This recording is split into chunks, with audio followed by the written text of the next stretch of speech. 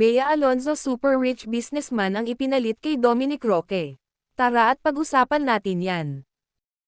Pero bago ang lahat, kung di ka pa nakasubscribe sa ating channel ay huwag kalimutan mag-subscribe para lagi kang updated sa latest chika.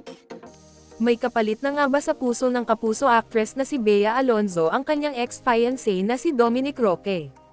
Pinagpipiestahan ngayon sa social media ang mga litrato umano ni Bea kasama si Vincent Co, anak ng mag-asawang business magnate na sina Lucio at Susan Co, may-ari ng Pure Gold Prize Club. Ang mga naturang litrato ay mula raw sa private Instagram account ng super rich businessman na si Vincent Co na in-upload ng Insider PH sa kanilang social media page.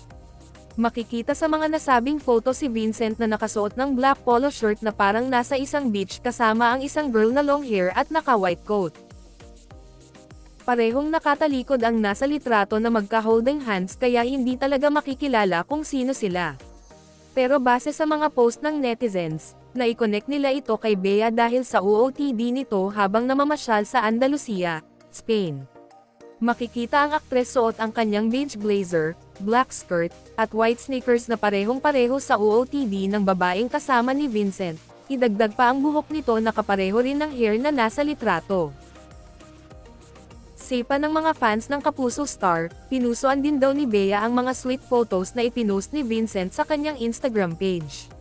Marami naman ang nagkomento na sana'y natagpuan na nga ni Bea ang lalaking itinadhana sa kanya matapos ang controversial breakup nila ni Dominic Roque ilang buwan after their engagement. Sa ngayon, super happy na si Dom sa piling ng bago niyang girlfriend, ang aktres na si Sue Ramirez. Habang isinusulat namin ang artikulong ito ay wala pang reaksyon si Bea tungkol sa kanila ng super yamang negosyanteng si Vincent Co.